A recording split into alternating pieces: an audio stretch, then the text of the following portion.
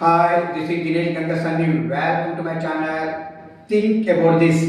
మార్పు అని చెప్పి అధికారంలోకి వచ్చినటువంటి కాంగ్రెస్ ప్రభుత్వము ఏమి మార్పు తీసుకొచ్చిందో తెలియదు, కానీ తెలంగాణలో మొత్తంగా వాళ్ళ కుటుంబాలలో మాత్రము మార్పు చాలా బాగా వచ్చిందండి.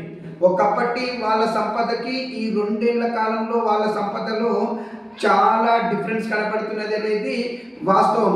ఏది ఏమైనప్పటికీ తెలంగాణని ఆర్థికంగా నష్టపరుస్తూ మొత్తంగా కాంగ్రెస్ నాయకులు మాత్రం ఆర్థికంగా బలపడుతున్నారనేది ఇక్కడ కనబడుతున్నటువంటి వాస్తవం అండి.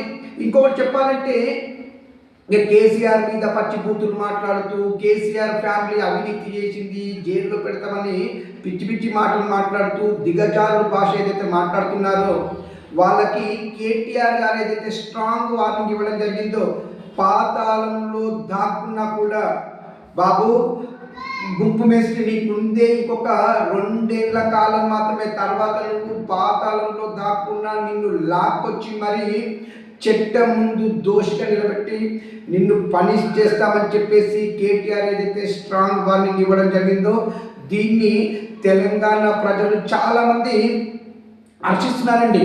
దీనిపైన మీ అభిప్రాయాన్ని నాకు కామెంట్ రూపంలో తెలియజేయాలని నేను కోరుకుంటున్నాను. ఇట్లు దినేష్ గంగసాని.